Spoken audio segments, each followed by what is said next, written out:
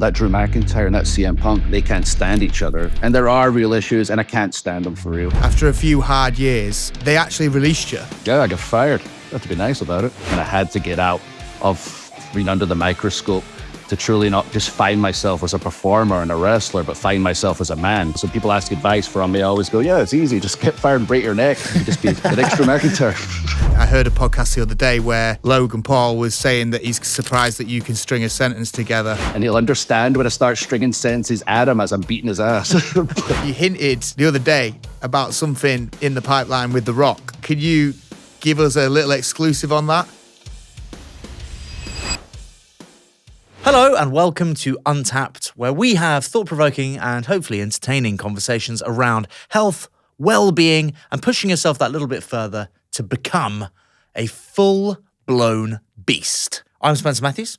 I'm Jake Quickenden. Today's guest is none other than Drew McIntyre, multiple WWE World Champion and all-round superstar wrestler. We got WrestleMania just around the corner in April, but also we got SmackDown coming up next week. Couldn't get any bigger. I mean, Drew McIntyre is a hero of the sport. He's got a story. He was in the WWE.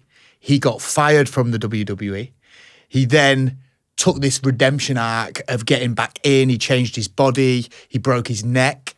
And he was hell-bent in getting back into the WWE and becoming the superstar that he is today. From what I've seen as well, he's he speaks with kind of incredible life lessons. So I'm really looking forward to learning from him and hearing what he has to say. Without further ado, here's Drew McIntyre. So, Drew, you left university with a criminology degree, and then Correct. You went straight into the WWE. Yeah, I mean, specifically, I was wrestling since I was 15 at secondary school, went to uni, was wrestling professionally the whole time through the summer holidays at Butlins holiday camps and the likes. That was my summer job. And in my last year of uni, I got signed during the last year. So I was already signed by WWE. So I was missing a lot of classes during that time. Not proud of it. You know, thanks to the girls on my course keeping me up to date with the notes. They always looked out for me. I used to call them Drew's Angels. They would keep me up to date with all the notes I was missing. I was already officially going to America. It took 8 months for the visa to go through. I was worried I didn't actually get the criminology degree because I wasn't there so often in the last year. But thankfully, I did. I was able to get that degree from my mom and dad, make them happy. And I went straight to America and I landed in Louisville, Kentucky. Just like a freaking culture shock and a half if you've ever been to Louisville, Kentucky. And it just so happened the writers for WWE were there that day. And they liked what they saw when they saw me in the ring. They heard me, talking the microphone a little bit. And I was on television 3 weeks later. So basically, I was at uni watching the wrestling after a night out, like, yes, I'm signed, I'm going there soon. And then suddenly I went to America 3 weeks later, I was on the show. Like, what is going on? There's a lot of people want to be friends with me on MySpace. It was crazy. MySpace. And Drew, you were given the nickname The Chosen One when you first entered the WWE. Did that put a lot of pressure on you being quite young and new at the time to be the best or how did that feel? I mean, at the time, I was like, of course, I'm the chosen one. I'm the future of this place. I really kind of believed my own crap, but I really did believe in myself. I was always positioned as the main guy, even in the UK during the independence, before I went to America. When I first went to America, as I said, I was put straight on television and I always believed I could be that guy. And, the owner of the company at the time literally said, this guy is the future of the company. He's the chosen one on television. And I was like, you're damn right I am. I'm just going to, walk in, be the man, be champion forever. I'm jamming. And what I didn't realize was behind the scenes, there was a lot of jealousy of the people that had been there for years. Like, who's this 23, 24-year-old think he is? Just waltzing in and, taking our spots in their mind. And because it's not, UFC, you don't just go in and just mash the other guy and win. There's a lot of politicking, a lot of shenanigans that goes on backstage. That I wish didn't exist, but it does exist, and I didn't realize it was happening at the time. That was not helping me out, and I wasn't helping myself out, aside the fact there was people rooting against me because I was given such a big opportunity. I was kind of burning the candle at both ends at the time, and that opportunity slipped right through my fingers. And instead of getting the chance to be at the top and knocking out the park right away, I had to get sent all the way to the bottom and then below bottom to finally make my way back to the top. So when you walked in on that first day in the dressing room, could you feel the animosity between the other guys? Did you feel kind of unwanted? No, I'm just oblivious to everything. I thought everyone was my buddy. I was like, yay, we're all wrestlers, we're all friends. Instead of, hey, there's limited spots on this roster. At the time, it was the only, major wrestling company in the world, especially, to make some serious money. And the very, very few positions to make the top level money. And, like in football terms, there's thousands of football teams you can play for. There's one wrestling company you can play for, and that somehow made it from Scotland to that one wrestling company, the first ever Scottish guy signed directly to WWE. These limited positions. And I'm like, well, we're just all friends now. They're going to be fine with me going to the top and making millions of dollars. No one will have a problem with that. They did. I was just so oblivious at the time and didn't realize that they were actively hurting me behind my back. Being the first Scot in your position to kind of make it overseas to the States, what exactly was the route? There must have been somebody that was quite kind of, helpful at some stage. Who did you meet? Is there a cool story of somebody that gave you that chance? How were you noticed? I've always been drawn to WWE, WWF when I was a kid, since the moment I saw it. I remember being at an older cousin's house and watching from a distance as they watched the wrestling. My brother and I, he's a year younger, were behind the couch, just peering over like it was forbidden. I was just captivated by these larger-than-life characters, the pyrotechnics, the showmanship. And I was like, that's what I'm going to do one day. And I wrote about it, and I've got a book, My Chosen Destiny. My dad tells a story of me getting a family meeting together and telling all the guys, the family, my mom, dad, brother, I'm going to be a wrestler one day. I'm going to be in WWE one day. Like anyone says, I'm going to be a footballer. I'm going to be an astronaut. I'm going to ride a dinosaur professionally one day when you're a kid. And they're like, all right, sure, son. But I just never grew out of that. That's what I was going to do. And I was going to find a way to do it. And as I got older, I'd try and find different ways to get information about it. Because, we all kind of know, or we think we know how it works. But there's a lot to making what you see on screen happen and make it look as believable as possible. And I sent away to America for the Inside Secrets of Wrestling, volume 1 and 2, that kind of told me about the backstage workings and how, the matches are kind of put together and the things that you're not supposed to tell anybody because it's a big secretive business. At 10 years old, and I was like, oh yeah, I'm learning all the secrets of wrestling. And it told me to keep the secrets, so I kept it in a briefcase above my cupboard. And I was like, yeah, I go to school and everyone's talking like no wrestling's 100% real. And I was playing along, so I was like, yeah, I'm keeping the secrets of wrestling right now. I'm totally in the business. We're trying to find a wrestling school, and it took till I was 14, 15 to convince my mother to let me travel to the one wrestling school at the bottom of England in Portsmouth in Fratton. It was a 12-hour journey from Ayr to get there, a 12-hour journey back. And that's when I started training. And as I say, it was always professionally. And since I first started it, thanks to natural athletic ability and pure stubbornness, so people telling me that's an American thing, you're never going to do it. I was just so convinced I could do it the whole time. My grandfather, my papa telling me he played football at a high level. Like, hey, you just play the football. Why you want to run about in your underpants with your buddies? I don't get it. I was just so adamant that I was going to do it and put everything into it that I possibly could. And made it happen because I was not taking no for an answer. I mean, my buddy, Sheamus, who also wrestles for WWE, we go back 20 years. We got signed the same day. We've come up together, best man at each other's wedding. And he's former multiple-time WWE champion, won it all, done it all. He got a contact for WWE, so we'd both been wrestling in the independent scene. I don't know if y'all remember back in the day in Sky Digital, there was a wrestling channel, and there was one wrestling show on it called Irish Whip Wrestling. And the main feud on that one wrestling show in the whole of Europe was Sheamus versus Drew Galloway, my real name. And I was just a kid at the time, so I had to form a little group. Sheamus was like 6'4", 260 pounds, looked like a real wrestler.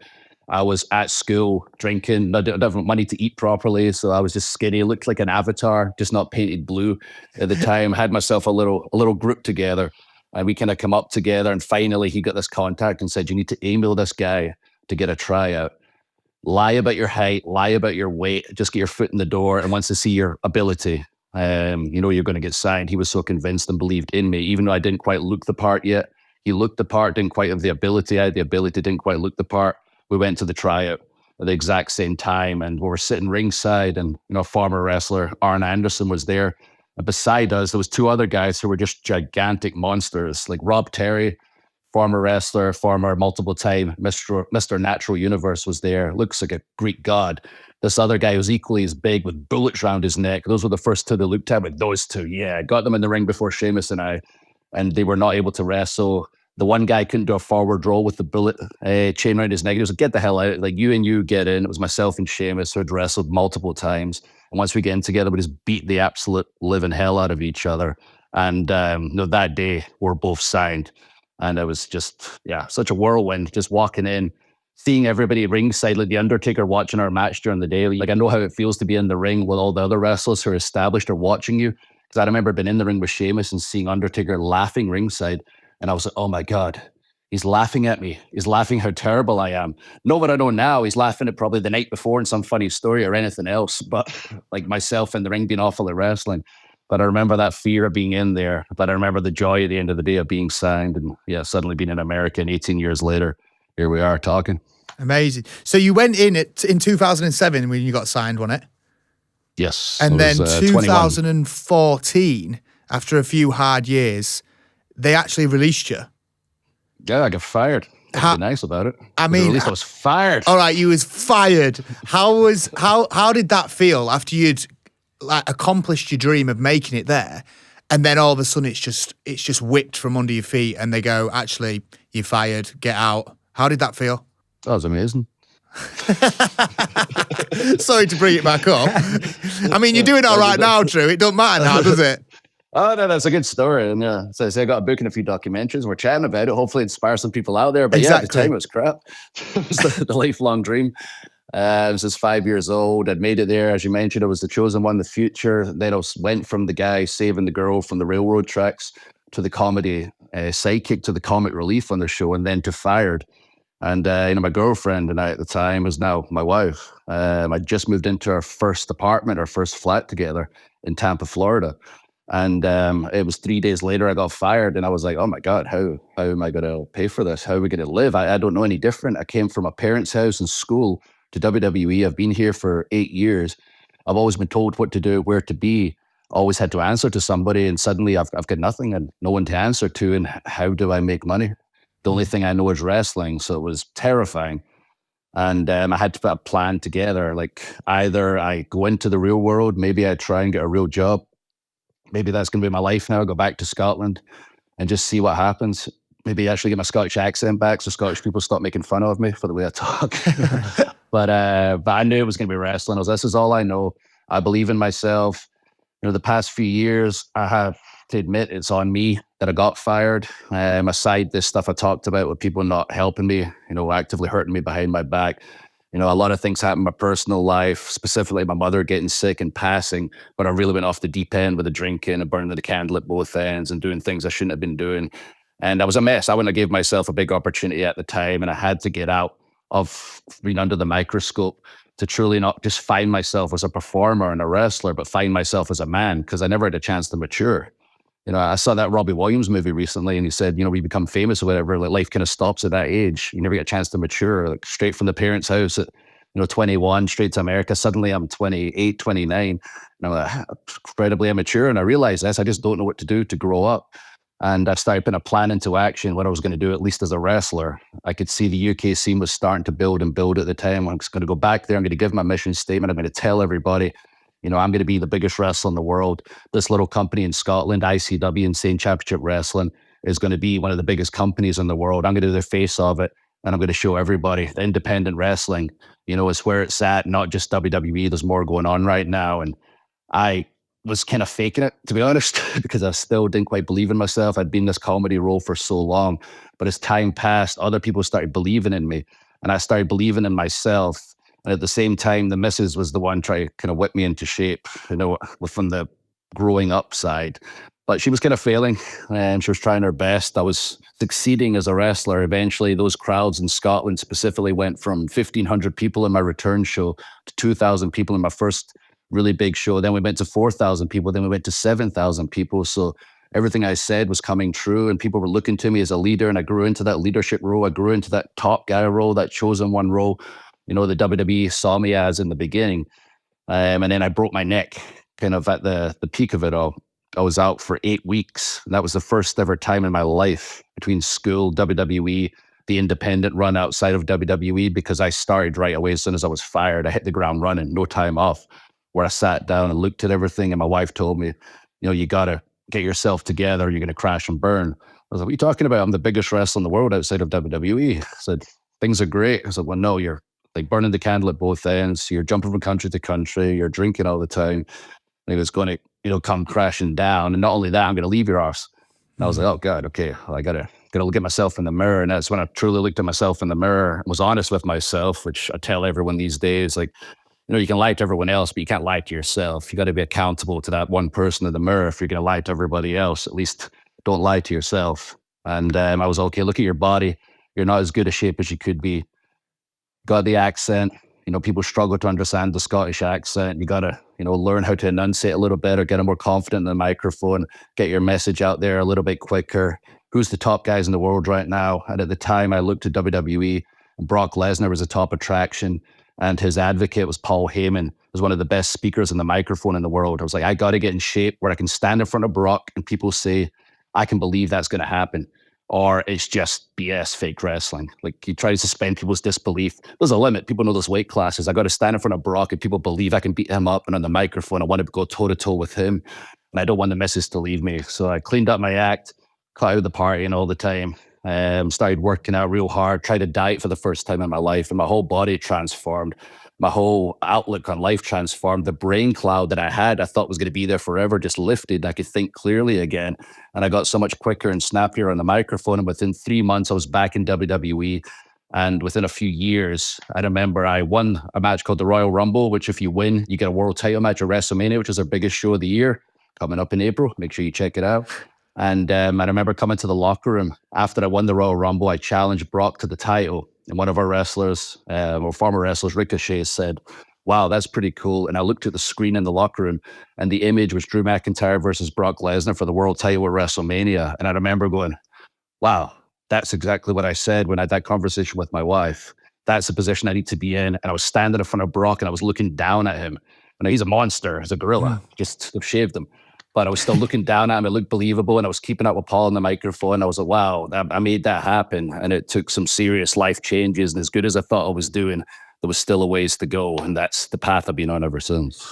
Do you think it was a blessing in disguise getting released and then breaking your neck? Do you think that changed everything? Did that make you want it even more? Yeah, 100%. I had to get away to truly look at myself. Like, when you're in the limelight like that, we're 52 weeks a year. There's no off season, no reruns. There's just always eyeballs on you. You're always under pressure to, be perfect. And I didn't handle the pressure very well. As I say, very immature. Needed to grow up as a man more than anything. But as a performer, I had to get away to rebrand myself, because the image I had at the time was not going to be a top level star, was not going to be a world heavyweight champion.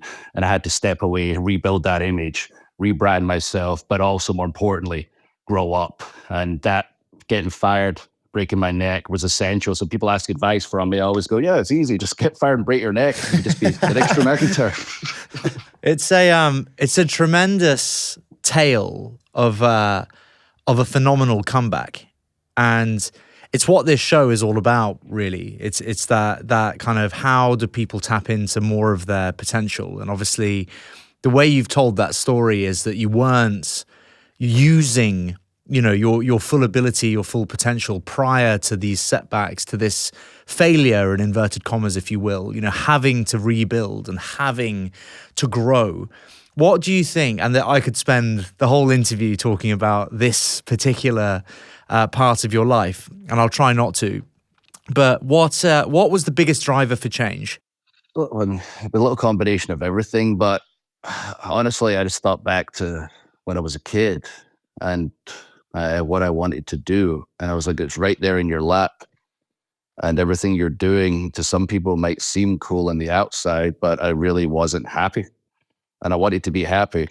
And I knew what was going to make me happy was, one, making her happy, because I was not happy that she was sad all the time, but also, like you say, about reaching your potential. It's like, Drew, damn it, now's the time to reach your potential. You've got it in you. Freaking do it. And what's the worst that can happen if you give it your all? I could see at that point I wasn't giving it my all as much as I wanted to believe I was achieving. And that's it. We're happy. We're content. I was like, no, give it your all. See how far we can take this. When you were a kid, you wanted to be the freaking best. you really want to show the world you can be the best, give it your all. What's the worst that happens? You didn't do it, but at least you freaking tried. And I gave it my all. And when I became world champion, the first ever British world champion, I was like, wow. At that time, I won Superstar of the Year and all those awards and stuff. And I was like, that's pretty cool. And I got to credit, the misses a lot with that. But what it comes down to is, was I truly happy? No.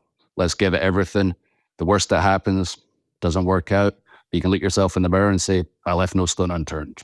Do you feel proud of yourself now? Yeah, I do. Not just for what I did in wrestling, whatever. Like, I'm more proud of myself, the stuff that happens outside of wrestling, but I'm proud of, waking up and realizing while I'm younger, don't give up, give it your all. And I was very fortunate because I know a lot of guys in our industry from previous generations, they maybe had their issues and they waited too late. And they're the ones that tell me now that they've seen what I've did. I wish, I opened my eyes sooner, what was important, and gave it my all. Family's most important. Achieving your goals and giving it your all is most important. But we're so focused on the stuff that doesn't matter that one day you'll look back and have regrets. My thing now is I don't want to retire and ever look back and have regrets. I do whatever I want now. I say whatever I want now. Sometimes I got a slap in the wrist for some of the stuff I say, but I mean it from the heart. Like, I tell my truth nonstop within a world that people think they know. I'm constantly telling my truth. And then one day when I'm retired, I'm going to look back and say, I've got absolutely no regrets. Even the stuff I've regrets for, I've got no regrets because they made me the man I am today. You said your body changed. You look a lot different now than you did when you first came up. Can you talk us through one of your training sessions and your nutrition? What calories are you eating? What are you lifting at the gym? I think people will be really interested to know a WWE wrestler, how they train. I think people are going to be very annoyed when they hear this part, because everyone's always annoyed when they hear this part. I work out very, very hard. I've literally just came from a gym in my garage. Since the pandemic, I set up a full gym in my house. So I work out like an absolute beast, like 6 days a week. I put the work in with the weights. I stretch constantly, drink a lot of water. I didn't used to drink any water unless it was in beer form. And nutrition is pretty important. But I eat burgers and pizza and the things you're not supposed to eat because I've been very blessed with genetics and a very, very, very high metabolism. But I'm getting close to 40. Everyone thinks I'm in my mid-40s because I've been on TV for like 20 years. But I'm pushing 40, so I try to cut the carbs down a little bit. But that's the part where people hate me, like at work. They see me sitting there eating big burritos or double burgers constantly. And they're like, how can you eat that stuff? Like, metabolism, brother. If I don't eat that stuff, I like slim right up. Like the weight just falls off me if I don't keep my calories incredibly high. But one day I'll follow a diet. Just today's not that day. Yeah. I'm kind of blown away by the physicality of the sport. I think it's an easy thing almost to overlook if you're not familiar with it. And I'm far less familiar with it than Simon, our producer, or Jake. I didn't grow up watching an awful lot of wrestling, but I've seen more and more of it as I've kind of got a bit older. And it's a phenomenally athletic sport. But not only that, you're having to deal with real life rivalries. I mean, you have a real rivalry with Punk, and it's easy to look at WWE as, well, things are predetermined and it's all planned out, but that's not always the case, is it? Like, you are in there fighting, really. Yeah, but you're trying to make people feel something when you watch our show. That's what it's all about. Is how you're going to bring an emotional reaction out of the live crowd, but also the people at home. And the closer to the truth you can make it, the more you'll feel it, and the more they'll feel it. Like, we're not, Daniel Day-Lewis or anything. We're not out there, putting on these, Lincoln performances or whatever. And people that don't want to learn won't want to learn, and the people that do want to learn, I'm very open to talking about it. Like, a lot of people say, like, oh, wrestling's fake, whatever. It's 2025. We're not trying to sell you that it's 100% real. The first thing I usually say is, once you figure out how to fake gravity, tell me first. Mm-hmm. It's suspension of disbelief, and like, you wouldn't say to Daniel Day-Lewis, like, as ridiculous as me as saying, like, you're not really Lincoln. Like, that's how ridiculous it is to me. But then he would probably get more offended because he's such a method actor. But if you're willing to listen and I explain it to you, like, we're live action theater, we're a spectacle. it is good versus evil. It's real human emotions, and our issues are settled in a 20 by 20 ring. And we're 52 weeks a year, so you're constantly working hurt. I've been working 25 years, you're constantly working injured. And my thing is, I'm trying to find something real in every story to latch onto that I believe in. They'll make people at home say, I know this is a show and I enjoy the show. I enjoy the theatrics, the athleticism, the pyrotechnic shows, the entire spectacle of WWE, but that's real. That Drew McIntyre and that CM Punk, they can't stand each other. And there are real issues, and I can't stand them for real. But Why? we're Why can't you professionals. stand it? It goes back to my first run and things that happened. Just the character profiles and my criminology background, like just take the time to profile my history and CM Punk's history and the stories out there about us and try and decide, who's the good guy, who's the bad guy, and who's telling the truth and who's lying. But our audience love him. He's like a Charles Manson type character. He's so convincing. They still cheer for him, especially American audiences. And that's what makes it interesting. I can go out there and tell the truth and tell my truth, and you can feel he's telling the truth right now. But they love this other guy for whatever reason, and it made it so compelling that we spent a year where most of it he was injured, and I was on the microphone just shredding him nonstop, and it built this incredible storyline that culminated in a Hell in a Cell match, which is a very big cage. Like, cage match, just a regular cage that goes around the ring, is a very big cage that doesn't just go around the ring. It goes about 10 foot outside the ring, and it has a roof. And I got hit in the head during the match, and I got 16 staples across the top of my head. And again, that was very real. It was I got hit by a toolbox, and right away I saw the blood spurt across the ring within the first 7-8 minutes of the match. We've been building this story for a year. This was the culmination of this giant story. And I was like, oh no, I'm bleeding out. And the lights are getting very bright right now. But that's one of those moments you just got to suck it up. And considering the story we told, the blood feud we were having, it was actually perfect. And we have our doctors on site to ensure that I'm okay. Our referees communicating with the people in the back, or relaying messages from me to say, I'm okay. But for the viewers in the arena, the viewers at home, it was the violence required within the confines of that story to settle this year-long tale. When that happened, did you think about going off script in a way and just beating him? Is that what you wanted to do? I started beating them physically. If you watch that match, you're kicking the absolute crap out of each other. I don't think I've hit anyone. In fact, I haven't hit anyone as hard in bar fights as I've hit some of my opponents, like Punk and Sheamus specifically. I've never hit anyone that hard. I've knocked guys out, hitting them less hard than I've hit guys that I don't like in wrestling matches. Sleep is the most impactful and natural performance-enhancing tool at our disposal. Without it, my body would simply not be able to recover and repair itself after I go for a run or a workout. It is essential to maintaining and enhancing our well-being. With Whoop, I'm able to track my sleep every single night and how it affects the type of activities I choose to do the following day. Think of sleep as your bank balance.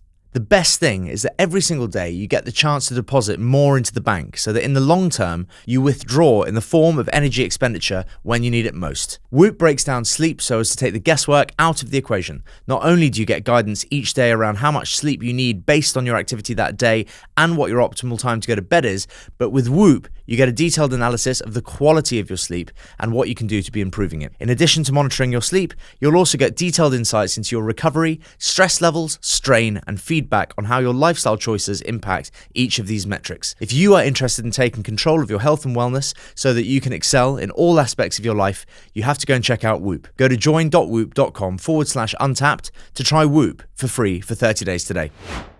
What happens, just quickly, if you're supposed to be the winner, but I hate you, so I just knock you out? What happens then? Do I get in all kinds of trouble?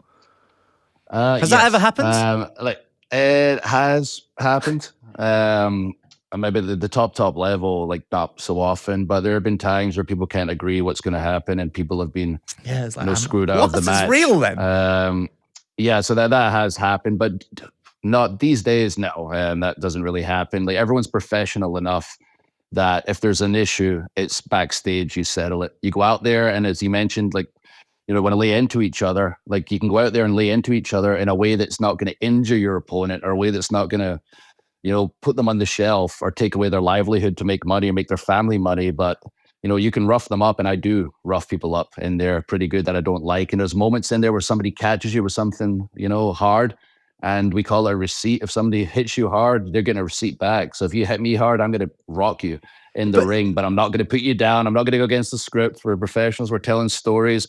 And the story, especially these days, we're 52 weeks a year. We're trying to follow, a certain path in these storylines and take fans on a journey. If you go into business for yourself, win the match you're not supposed to win, it screws up the next evolution of the storyline. So what you do is you wait till you get to the back. You say, come with me. You go to a private room, then you knock them on their ass.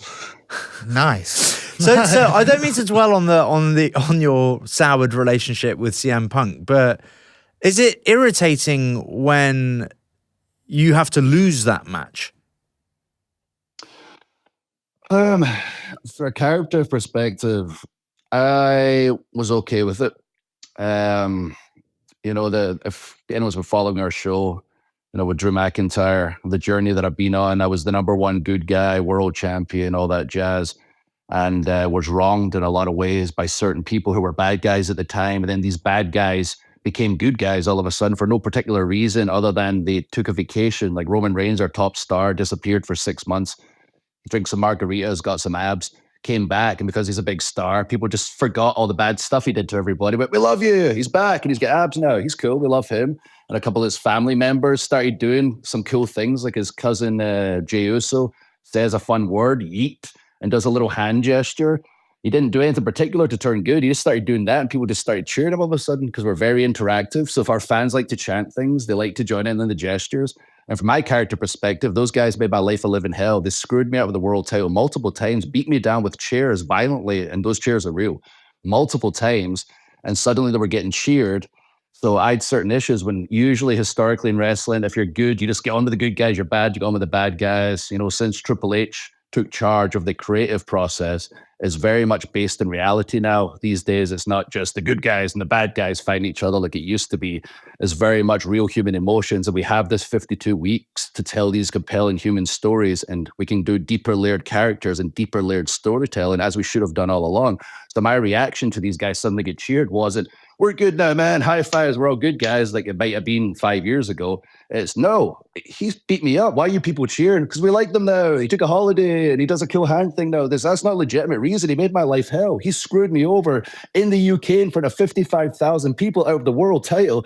That's why I hate him. I was like, Drew, just get over it. I was like, get over it. I'm traumatized. I have PTSD. Those are real things. And we implement those into storylines. And that's how I started the process of becoming this bad guy. And the same thing with CM Punk, these real emotions.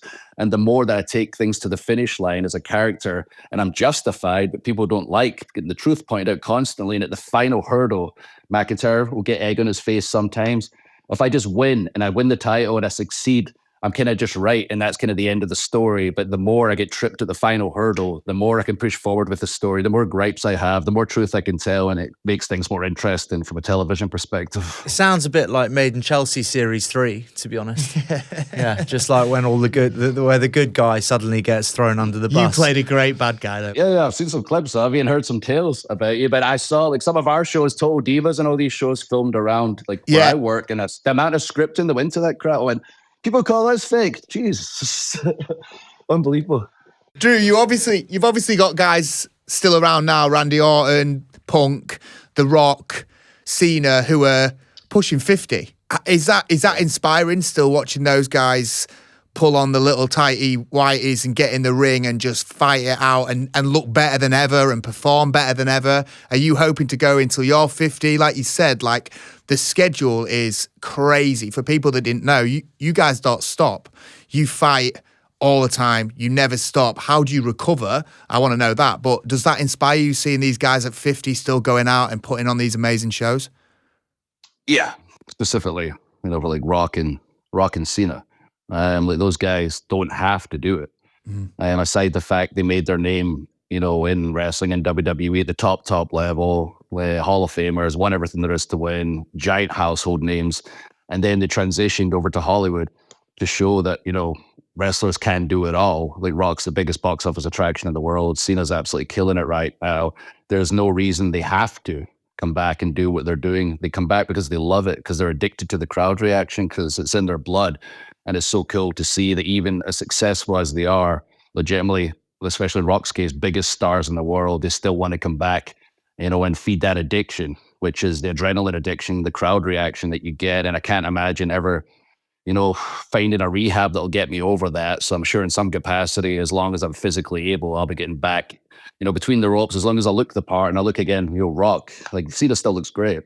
But Rock just looks freaking unbelievable. He looks better now than he did in his prime, actually. Yeah, he does. What's the darkest time in your career and the best moments of your career so far? I mean, there's a lot of ups and downs, peaks and valleys. That's what not just wrestling's about. That's what life's about. That's how you grow. Some of the most down times was certainly after my mother passed, and I only went home for a few days, and then went right back on the road. Never truly dealt with it. Probably never truly dealt with it, but just went straight back on the road, and then went down in a dark downward spiral after that, and isolating a lot of people in my life, and just staying in that very dark place for a long time. So that was certainly, the darkest times that I've been through, but to, make it through and come into the light. And from a career perspective, it's cool to be the first British Royal Rumble winner, the first British WWE champion ever, still to this day, won it 3 times. And break all these records and do all these cool things in the ring. That's nice. But it's very cool to see just how well things are going outside the ring now, that I've finally found that balance in my life, because I was such an obsessive with the job. And I learned you can be obsessive with a job, but it's not going to get you as far as you want to get. You need that balance. You need your brain to turn off so it can process all the data, your body to turn off so it can recover a little bit. And if you find that balance, you truly succeed. So I'm very happy with the man I became, and the outside the ring stuff I do now. That's real. As I say, lifting the titles is this is very cool. But I'm champion ambassador of Special Olympics and global ambassador of Special Olympics, and going to their events, and going to the the official games in like Berlin last year, and watching the opening ceremony, seeing the athletes compete, being part of such a positive environment. And that's the stuff that really matters to me now. Being part of, Make-A-Wish, I'll meet some of the kids in London. No matter how down you lose perspective about yourself, you meet some of these kids and what they're going through, and you see their positivity, you see that the smiles, and you're like, what the heck am I worried about? What are we all worried about, really? We get such a short run at this, and look how, positive and bright these kids are. We should get ourselves together because things aren't so bad. And that's what social media has kind of done, to our younger generation, done to a lot of people our age or whatever. They just, live and die by these likes and just a fake world. So when I get the chance to talk to kids at the Boys and Girls Clubs, and whenever I come back home, the chance to talk to kids, I really reinforce, listen, that stuff ain't real. As I mentioned earlier, all that matters is the person you answer to in the mirror, like how you feel about yourself. Just whatever you want to do, you can do it. Look what I've done. I've done it a couple of times over. I've fallen down, gotten back up. It's like the Rocky speech. It's not about how hard you hit, it's how hard you can get hit and keep moving forward. Chase your dreams, be a good person, leave no stone unturned. You can do absolutely anything. You mentioned social media there. I'm quite interested to ask your opinion on some of the social media stars that are now in the WWE. I heard a podcast the other day where Logan Paul was saying that he's surprised that you can string a sentence together. I don't know if you heard that yourself. Yeah. I believe it said Logan Paul roasts Drew McIntyre, and I'd responded like with the turkey on the head. I was, you got me, man. Roasted me good. If you check out my social media, you'll see some real roasting. Anytime I talk on there, it's like millions of impressions because I weaponize social media, because I'm from the UK. It's basically me and my mate talking crap on there. And people in America are so shocked by Scottish personality and English personalities, and the way we speak to our mates, never mind people we don't like, that it really picked up steam, my online presence the past couple of years. And I basically weaponized social media. So even with someone as big as Logan on social media, I can still take him down. And I'm drinking his little prime drink. Logan, you're freaking welcome. I'm sure you'll clip this. What's it taste like? What's it taste like? I'm putting you over. How is it? Oh, I'm not going to say anything nasty, Logan. Yeah. Yeah, so he mostly says nice things about me. He said to string sentences together, things. He's obviously not seen my tales. Hopefully listen to this, learn a bit more about Drew instead of living in a Logan world all the time. What's your opinion on his wrestling? Because I think it's something that you can't really take away from. Me and Spencer was talking about this earlier. Like, he's very athletic and he's put on some great shows since he's come into it. What's your opinion on that? Yeah, he's done phenomenal. We've had a lot of people tried to transition to WWE from every sport and entertainment area you can imagine. It doesn't always work out. I thought, Ronda did a great job. Kurt Angle, former Olympic gold medalist in wrestling's Hall of Famer. But Logan, considering he'd done nothing at all, basically, from his first match, has been incredible. And it's not just the athletic moves he can do. He's a phenomenal athlete. Everybody knows that. It's the in-between stuff in the ring. Like, the hardest thing in our job to figure out is who you are. Because if you don't know who you are, you don't feel who you are, and it's not real to you, as I mentioned earlier, it's not going to translate to the fans, and that's what's most important. It's not all the moves, it's the emotion that you can make people feel. And he knows exactly who he is, and you can see it in his eyes when he walks out. And that's what I always look at for the eye test. Are you a deer in the headlights, or do you know exactly who you are? And you don't flinch one time, because you lose me if you flinch one time. Like, Logan knows exactly who he is. In between moves, he takes that time, he believes his own crap, and he's going to go far. He's still very, very young. And eventually we're going to have a match, and I'm going to chop him to pieces. And he's going to be humbled, and he'll understand when I start stringing sentences at him as I'm beating his ass. But he's going to do very well. He is doing very well.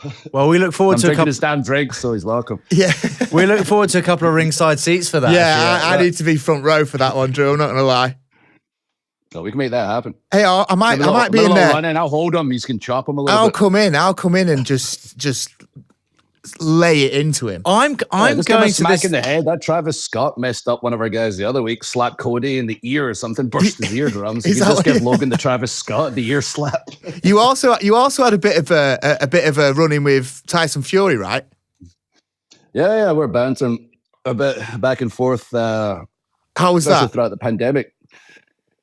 But I found it hilarious. I don't know if you found it hilarious. And we started off, and then I think it started with, Tyson giving it a bit, "Ooh, I'm going to get you, dusser," like playing along what he thought, a wrestler should say, and having the laugh because he is, very entertaining. Obviously, one of the best of all time at boxing. Then I started laying into him like Drew McIntyre does. I don't hold back to say, check out my Twitter, you'll see I don't hold back whatsoever when I'm ripping people apart. And I started laying into him hard. I know some people that know him, and I know his weak points. And then I could see the difference in the way he's talking. And as I mentioned, the eyes, his eye changed. Now, there we go. That's what I'm looking for. And I thought it was going to lead somewhere, and it might still lead somewhere. I lost the match in the UK, and it's in Cardiff, actually. To Roman, as I mentioned earlier, 55,000 people got screwed over. And after the match, worst moment of my freaking career, they wanted me to sing a song. And I agreed because the fans were so upset that I lost that match. And they wanted us to sing American Pie. And I tried to make it clear that nobody knows or cares about American Pie here. That's more, in America, they like that thing. And also they're going to be very sad. And we did it against my better judgment. And then we're not digging it. So I told Tyson, "You want to sing Sweet Caroline?" "Nah, mate." "Well, I'm not going to argue with you, Tyson Fury." So I sang a terrible version of Don't Look Back in Anger, set the crowd up to sing along. I did not realize we're still in the freaking air. So not only is it the worst moment of my life, we're still in the air, and I'm singing, getting the crowd in a sing-along after I lose this match. So ever since that moment, there were some serious changes in Drew McIntyre's life. And if I don't like something, I tell you, go F yourself, because I'm never doing that again. You hinted the other day about something in the pipeline with The Rock. Can you give us a little exclusive on that, just for our podcast listeners? I certainly can not. It's gonna be good. It's gonna be big. Yeah. I mean, I don't know when this comes out, but hopefully we'll have more information soon.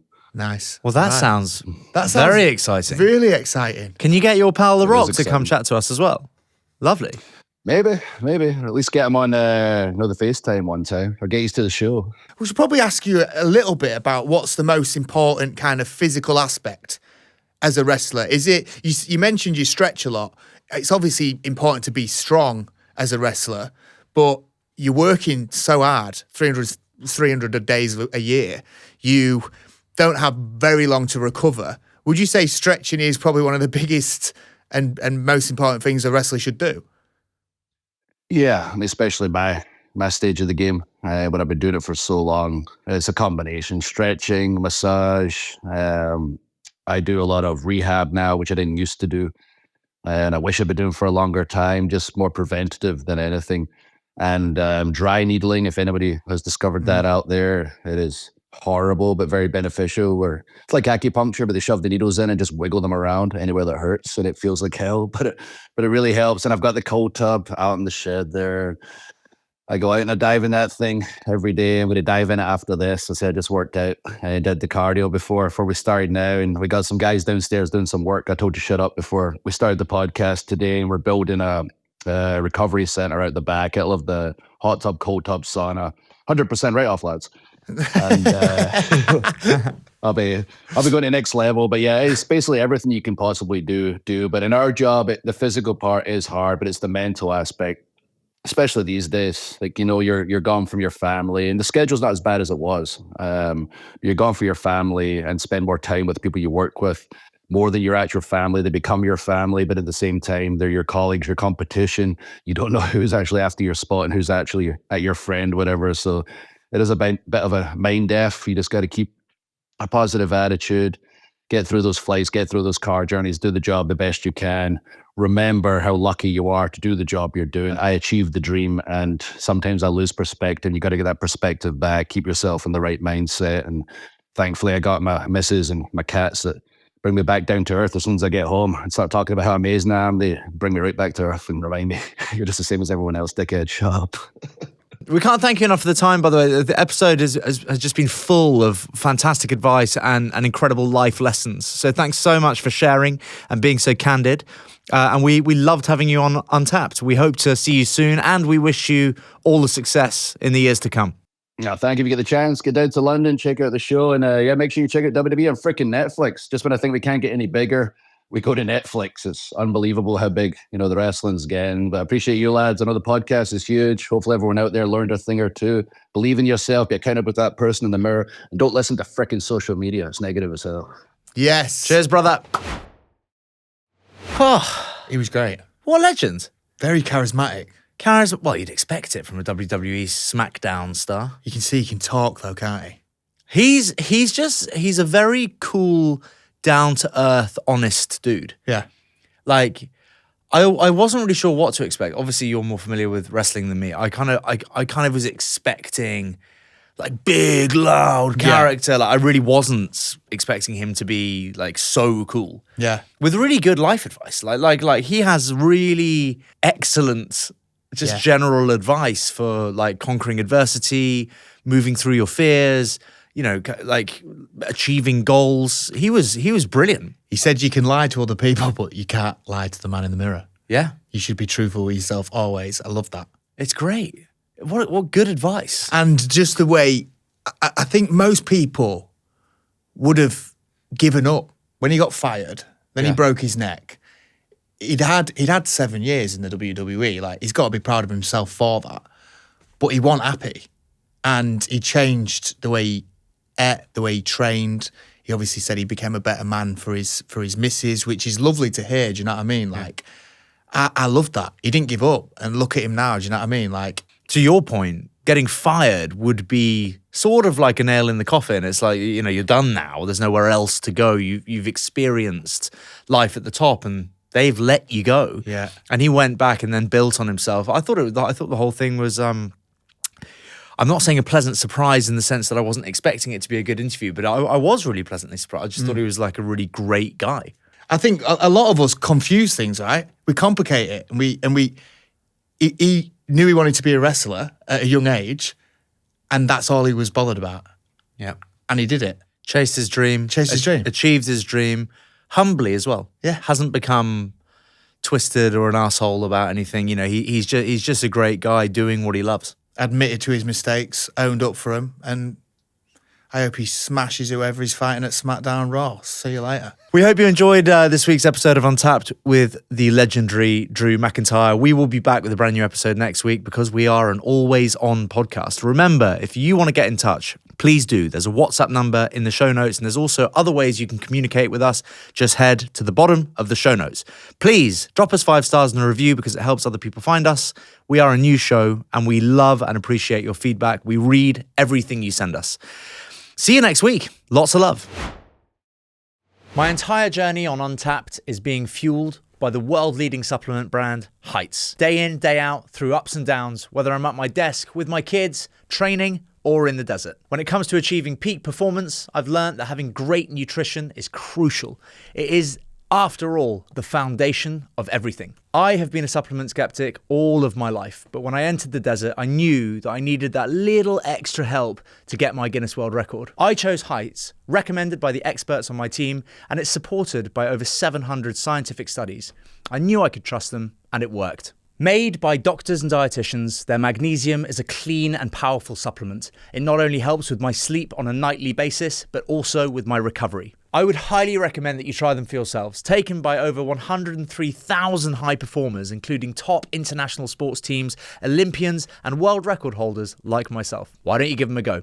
Get 20% off your first subscription at heights.com/untapped or use code UT20 at checkout.